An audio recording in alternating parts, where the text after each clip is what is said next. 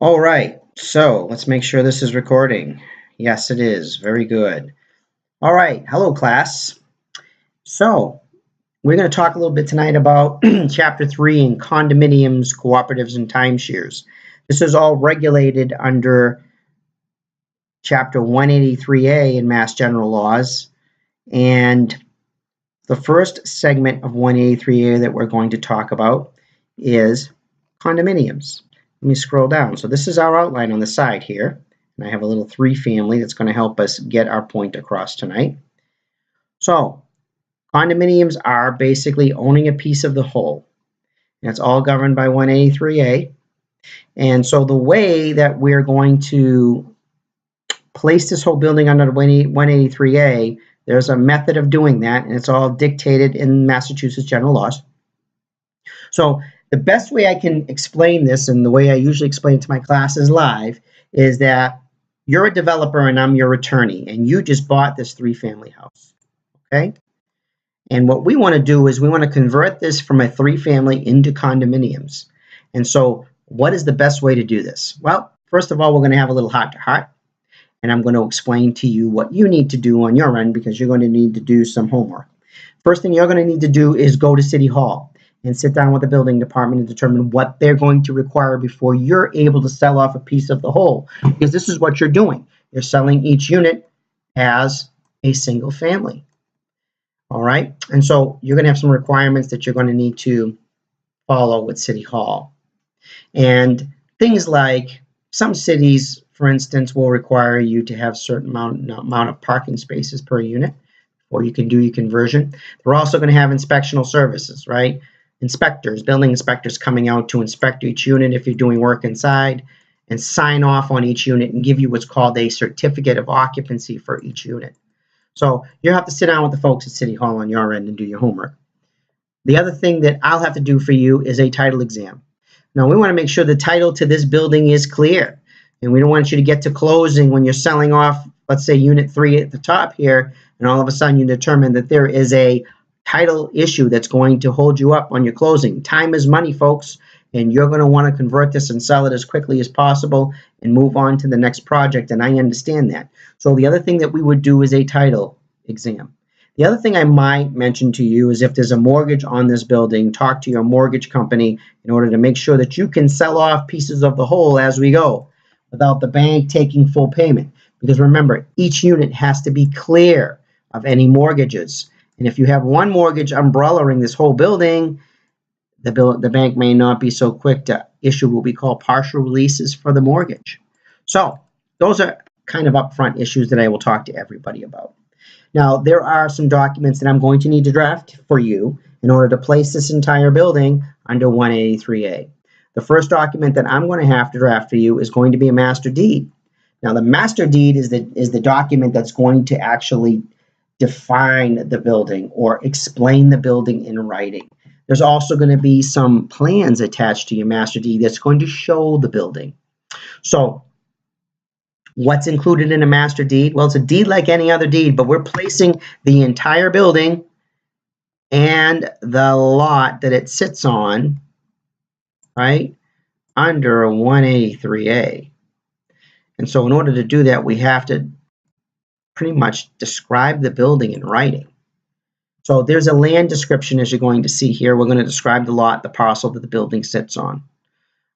There's the building description, and what I'm going to do inside the building description is I'm going to talk about the building in writing, what the foundation is made of, what the structure is composed of, what the roof is like. You know, this is kind of a funky roof. It looks like a flat roof. What the heating components are inside the building itself. All of these things will need to be described in writing. All right. What else is in the master deed? Well, there'll be unit designations in the, inside the master deed, which will show each unit designation. And associated with the unit designations, we're going to talk about the common areas. Now, what are common areas? Well, it's a section in your book which is going to talk about what is a common area. But for purposes of this segment, common area is anything that is not a condo unit. So a common area is going to be a thing like a roof deck, right? Let me just do it in blue top here. A roof deck, right? That's a common area. That means everybody can use it. The basement is a common area. The parking lot is a common area. The front steps and porch are a common area. The hallways in between each unit are a common area. If there's a pool in the back, right, that's a common area. So these are things that are common areas, and they're going to be designated inside your master deed. It's going to describe them. Not only is it going to describe them, but let's say, for instance, there are designated parking spaces over here. Well, we're going to say inside your master deed that Unit 1 has an exclusive use easement to use parking space number 1. And we'll go on, so on and so forth, right? Parking space number 2 will be designated to Unit 2. That means that if anybody else is using those parking spaces, the owner of Unit 1 can have that person towed because they have an exclusive right to use those spaces. That is defined inside your master deed. What else is inside the master deed? Well, attached to the master deed is going to be site plans, right? And you're going to hire, as the developer, an architect or an engineer to draft up a map of your building. It's going to lay out the lot and kind of an overhead view. It's going to lay out the lot and it's going to situate the building on your lot. That's a site plan. That has to be attached to your master deed. Not only that, but each unit has to be laid out in a small, detailed map. Each unit will have its own map. It'll designate the number of rooms, what they're for, how many bathrooms, how many kitchens, things of that nature, dining room areas, living room areas. The square footage is also going to be laid out on your unit plan. So you'll have your master deed with these things that we're going over inside of it, and attached to that, you're going to have a set of plans. It's going to be a site plan, and there's going to be unit plans for each unit. What else? It's going to have a statement of purpose, all right, whether it's residential, commercial, or mixed, right, residential and commercial. That can be inside your master deed. There'll be a method of changing your master deed, right? As time goes on, your document's going to need to change, and the master deed is going to spell out the way that that document's going to be changed. And it's also going to name a trust, which we'll talk about in a second. So focusing right on the master deed, which your section on your master deed is inside your book. We're in Chapter 3, and your master deed and my book is on 3-2 and 3-3. That's your section on your master deed, all right? And we talked about your common areas. Those are spelled out inside your master deed. But if you look at that 3-3, things like foundations, girders, supports, supports in the floor, overhead in the ceiling. So your joists in the floor, overhead supports in the ceiling. If it has elevators, those are common areas. Tanks, pumps, those are all common areas. Pipes in the walls are common areas. All right, storage areas in the basement, those are all common areas. But remember, inside your master deed, these things might have, like your storage units, might have exclusive use easements, which we'll describe inside your master deed. So all of this stuff is contained in your master deed. Know what's in the master deed and what the common areas are composed of. It's basically anything that's not a unit, right? So the next document that I will talk to you about is we now have a description of your building and the lot that it sits on, and we talk about 183A. We have to form a mini government inside this building because we have 3 families living here, and whenever you have people living in a small space, they have a tendency to fight, right? So we want to create a small government inside your condominium building, which will govern what happens with the unit owners and the common areas. So there's one of 2 ways we can form this association. The first way is by an incorporation into the Secretary of State's office. I normally don't do that with small projects like this. We normally do a trust for small projects like this. That's the other way you can form an association. This is a mini government inside the building. So the trust is like the Constitution, and it's going to set forth the trustees of the trust, the powers of the trustees, to regulate, how the trust can be changed, what powers the trustees have in collecting fees and enforcing those fees. The trust itself will be an entity, so it will have its own social security number, and it will form It will file a tax return at the end of the year. All of this is necessary for the association to function. Now, the trust, in this instance, a trust, your association can be one of two things. It can be a corporate association or it can be an owner's association. Corporate association is an outside corporation that's hired to manage this building. That won't be the case usually in this instance. If you just have, you're my developer, you're probably going to want to have an owner's association. And so the trust will talk about the way the owner's association will be established. And normally it's one unit owner from each unit that will be designated as a trustee. And the trust will talk about how that trustee is going to be appointed, how they can resign, how they can resign, or how they can be terminated as trustees. All of that's contained in the trust. The trust is the mini constitution for the government. Now, attached to the trust, there will be bylaws. Now, the bylaws are something that's inside your book on page 3-4. And what are your bylaws? Well, your bylaws are basically those things in general, as we see in the outline here. The Unit Owners Association managing and regulating the condominium must have bylaws under 183A. It's going to talk about, in general, the maintenance and the finances of the building. So if you look in your book, the bylaws include the method of providing for necessary work of maintenance, repair, and replacement of the common areas and the facilities and the payment thereof, including the method of approving payment vouchers.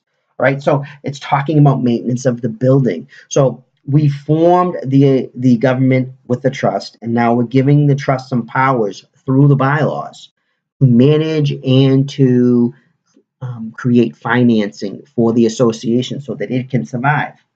The manner of collecting from unit owners their share of the common area fees. The procedure for hiring personnel, including whether or not managers are going to be hired, agents going to be hired.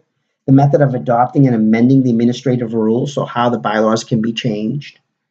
And such restrictions on the regulations with respect to the use and maintenance of the units and the use of the common areas and facilities. All right, so these are some of the powers that the association is going to have to maintain the building and to maintain finances. So the bylaws are attached to the trust and they get recorded at the Registry of Deeds.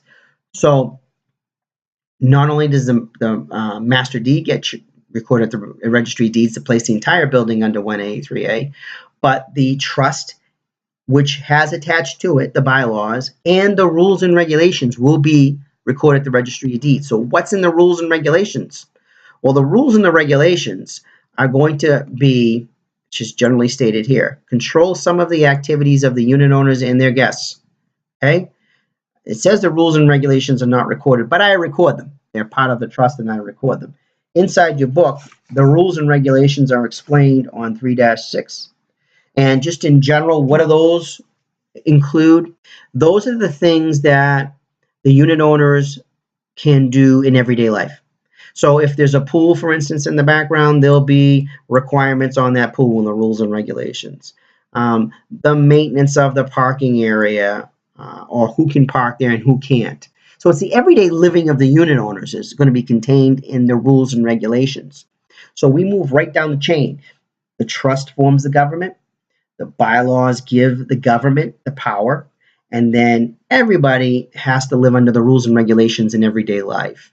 It might the rules and regulations might talk about things with pets, might talk about for sale signs in windows.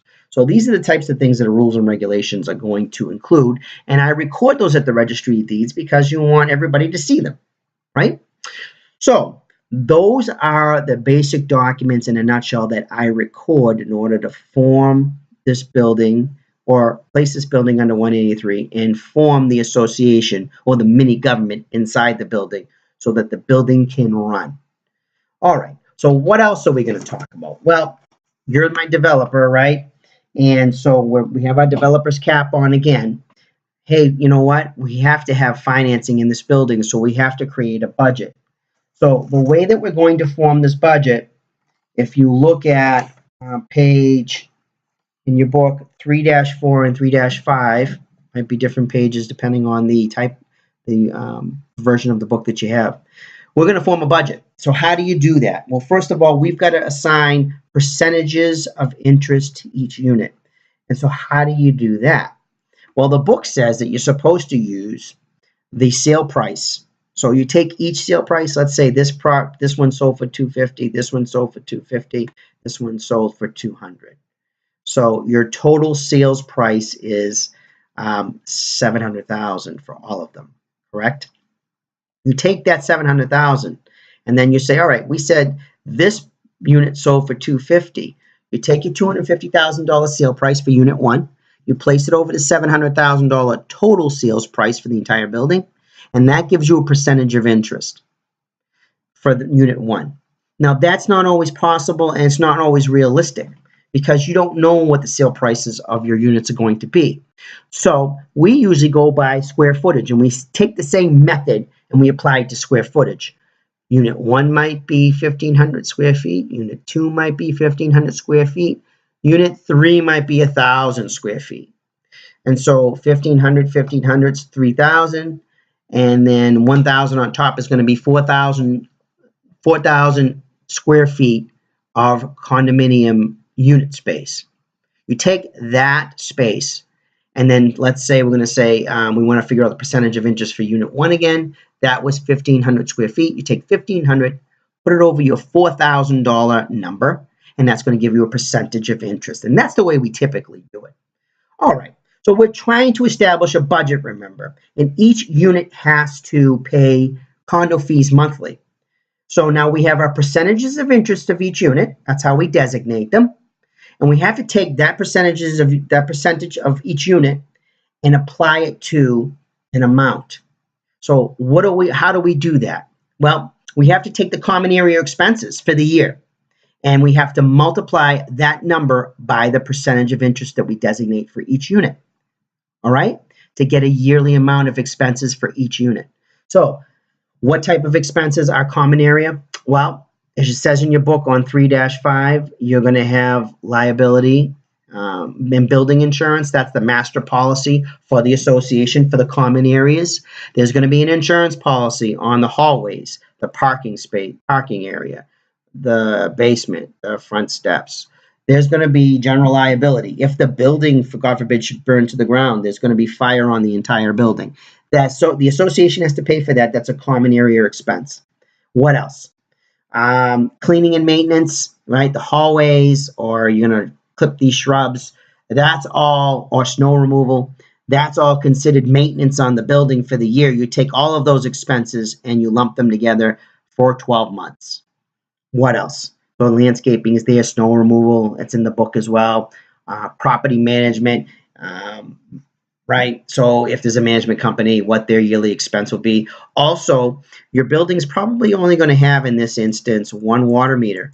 So that water bill that comes out every quarter, or whatever it is that the city wants to determine, that's also going to be part of your common area expenses. And so that's going to be lumped in. So you take all of these expenses for the year and you add them, and that's going to be your number. And then you take that expense number for the year, multiply it by the percentage of interest that you factored for unit 1, right? And that's going to give you your percentage or your proportionate share for unit 1 for the year. You take that proportionate amount for the year and divide by 12, and that gives you a monthly amount for unit 1, the monthly condominium fee. So that's how you establish a condominium fees. And that's how you establish a budget for the year. Because a lot of times, banks are going to be asking you as a developer to give them a proposed budget. And that's the way we do it. So read that section on condominium fees and how they're determined. But that's the way we do it in reality. And you can also hit me with questions as you go. Now, what else? Now let's switch our hats for a second and we'll talk about what if you're selling each unit off as the listing agent. You're the seller's agent. What types of things do you have to produce at the time of closing? Well, the first thing you'll have to produce is on 3-6. That is a 6D certificate. The 6D certificate is basically Chapter 183, Section 6D, which specifies if you look in the book, that a certificate needs to be produced at each sale of each unit to say that all of your common area or condo fees have been paid to date, and there's no condo fees due. There's a reason behind that. As you'll see later in your chapter as you read, there is a super lien that each bank wants to make sure is addressed prior to closing. The other thing as the listing agent that you're going to have to produce is a master insurance policy, and that's the common area policy that the association maintains every year. There'll be a binder that the insurance company will produce for you, and you'll produce that to the buyers coming in so that they'll see that there's common area condominium insurance, a master policy in place. What else is the listing agent? Well, you got to make sure smoke detectors are on the property and working, and usually your certificates of occupancy, if you've done this right as a developer, will include your smoke detector and carbon monoxide detector certificates, but those have to be produced at closing if you're the listing agent. So, in a nutshell, that's the first section of Chapter 3, talking about condominiums. I hope that my picture here has made this helpful. I usually do this live with classes and talk about things that we have to do, as I have done. And we'll be addressing more segments as we go. But I hope you enjoyed this section, and we'll be chatting soon.